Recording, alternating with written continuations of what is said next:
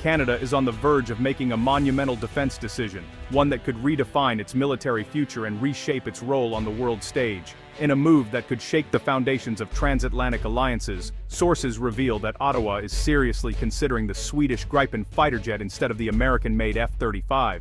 This unexpected turn has caught the attention of defense analysts worldwide, as the F-35 has long been seen as the default choice for Western allies.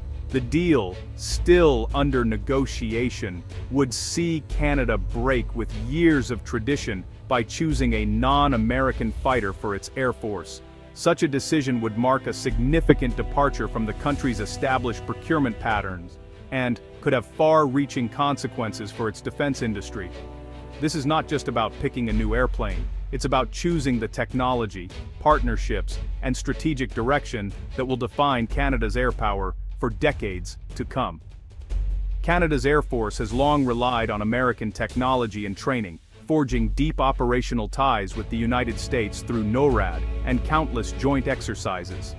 The F-35, in particular, represents the latest in American stealth and combat capability. A shift to the Gripen would send shockwaves through both North America and NATO. It would signal a willingness to diversify military partnerships and could encourage other nations to consider alternatives to American hardware.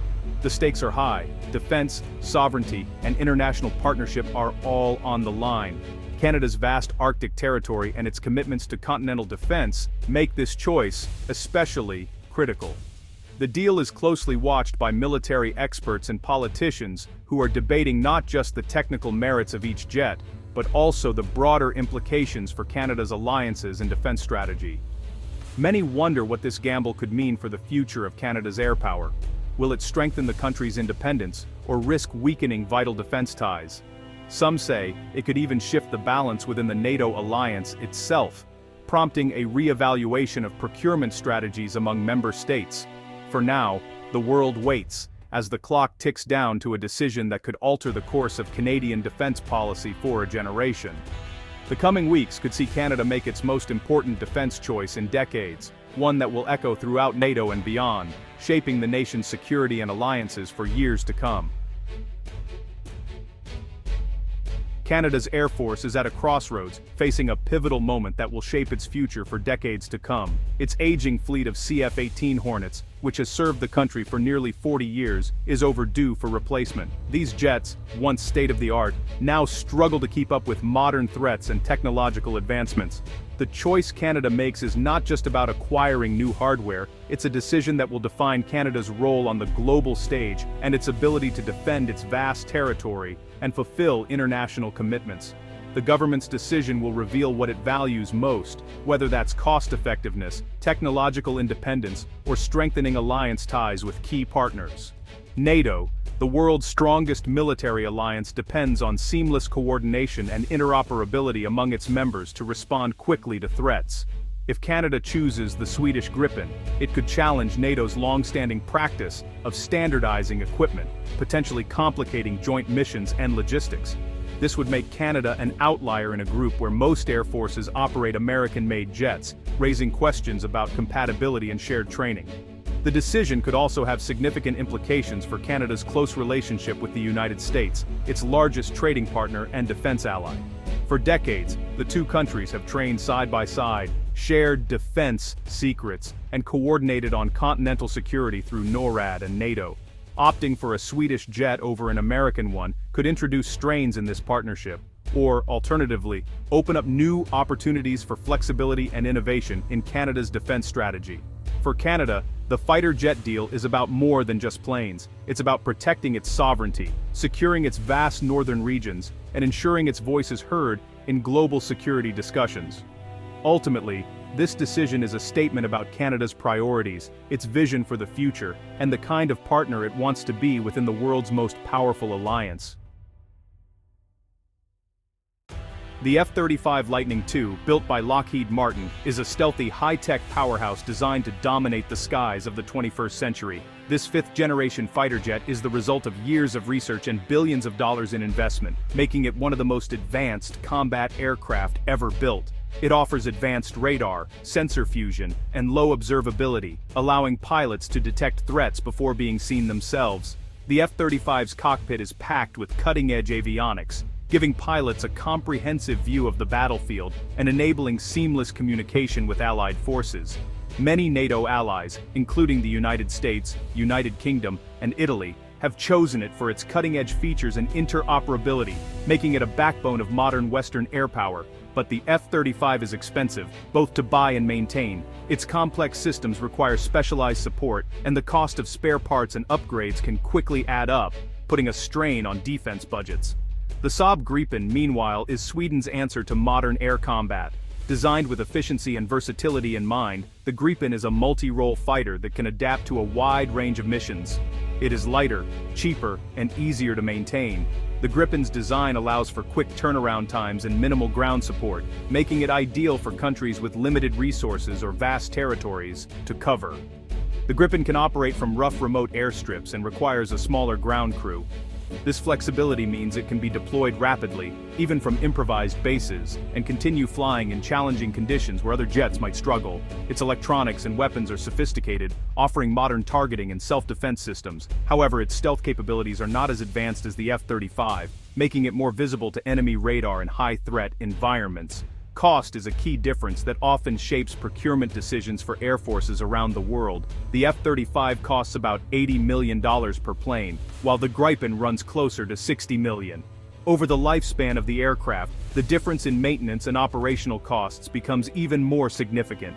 The Gripen's lower maintenance costs are especially attractive for countries like Canada, which must patrol a vast, cold, and remote northern frontier where reliability and ease of operation are crucial.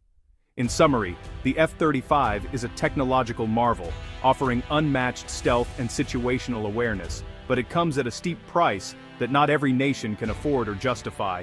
The Gripen offers solid performance, flexibility, and affordability, a combination that speaks to Canada's unique needs and the realities of defending a massive, challenging landscape. For some, the Gripen's balance of cost and capability makes it the smarter choice. Canada's north is vast, remote, and increasingly important. Melting Arctic ice is opening new shipping routes and exposing untapped resources. This makes the region a target for international competition and a security concern for Ottawa. Fighter jets operating in the Arctic must handle extreme cold, long distances, and sparse infrastructure. The Gripen's design is well suited for these challenges. Swedish engineers built it to take off from short, icy runways and be serviced by small teams. It can quickly scramble for intercept missions, a vital capability for protecting Canada's sovereignty. The F-35, in contrast, needs more maintenance and specialized equipment. Critics worry it could struggle in isolated northern bases. Supporters argue its stealth and sensors make it ideal for high-threat environments, but those threats are less common in the Arctic. For Canada, the choice is about more than dogfights. It's about controlling its own territory, keeping supply lines open, and responding quickly to emergencies in one of the world's harshest environments. Canada faces tough financial realities. The country's defense budget is stretched thin, and, well, Canadians expect government spending to be smart and sustainable. The F-35's high price tag, both upfront and over time, has drawn criticism in Parliament and the press. The Gripen's lower cost is appealing. Ongoing support and training are simpler and cheaper. Sweden offers technology transfer, meaning Canada could build and maintain more parts at home. This would boost local industry and give Canada more control over its fighter fleet. Independence is another factor. Some military planners worry that relying too much on American technology could limit Canada's freedom of action. If relations with the United States ever sour, spare parts and support for the F-35 could become a problem. The Gripen, with its flexible supply chains, offers more autonomy. Ultimately, Canada's government must balance alliance commitments with fiscal responsibility and national interests. The Gripen's blend of affordability and independence makes it a strong contender. Military analysts are watching Canada's decision closely. Some see it as a possible turning point for the global fighter jet market. Richard Abulafia, an aerospace analyst, says, if Canada picks the Gripen, it shows that alternatives to the F-35 are gaining ground. Even in NATO, European allies are interested too. Countries like Finland and the Czech Republic have chosen the Gripen for reasons similar to Canada's cost, independence, and local industry benefits. If Canada joins them, it could encourage others to reconsider their own fighter choices. Not everyone is convinced, though. American officials warn that moving away from the F-35 could complicate joint training, logistics, and intelligence sharing. They argue that NATO's strength comes from flying compatible aircraft, and that the Gripen could weaken this unity. Still, many experts believe Canada's choice will send a strong signal about changing priorities in defense procurement and alliance politics. A decision to buy the Gripen would mark a major shift in Canadian defense policy. It would signal that Canada values flexibility, affordability, and self-sufficiency over close alignment with U.S. military technology. This could shape how Canada approaches other defense purchases and partnerships in the future. The Gripen deal could also inspire a review of Canada's broader military strategy. Policymakers may look for more ways to balance alliance commitments with national interests. This could mean more investment in homegrown technology and a greater focus on defending Canada's unique geography. Such a move might also encourage other NATO countries to consider non-American options. If Canada proves that a diverse fleet can work, it may set a precedent for more independent defense policies across the alliance. For now, Canada's political leaders must decide whether to stay the course or chart a bold new path. NATO is built on unity and shared standards. Common equipment allows member countries to train together and support each other in crises. If Canada chooses the Gripen, it will be a rare exception in a club dominated by American jets. Some fear this could weaken NATO's ability to act as a single, coordinated force. Different aircraft mean different spare parts, training, and tactics. Critics warn this could slow down joint missions and make logistics more complicated in a crisis. On the other hand, some analysts argue that diversity can be a strength. If more members fly different aircraft, NATO becomes less dependent on any one supplier. This could make the alliance more resilient in the face of global tensions and supply chain disruptions. Either way, Canada's decision will force NATO to rethink how it manages equipment, training, and interoperability in the years ahead. The coming months will be decisive. Canada's government is holding final talks with both Saab and Lockheed Martin. The outcome will affect Canada's Air Force for decades and could reshape the country's place in NATO. Canadians, allies, and rivals alike are watching to see what Ottawa will do. If Canada chooses the Gripen, it could inspire a wave of similar decisions around the world. If it sticks with the F-35, it will reaffirm its close ties to the US and NATO mainstream.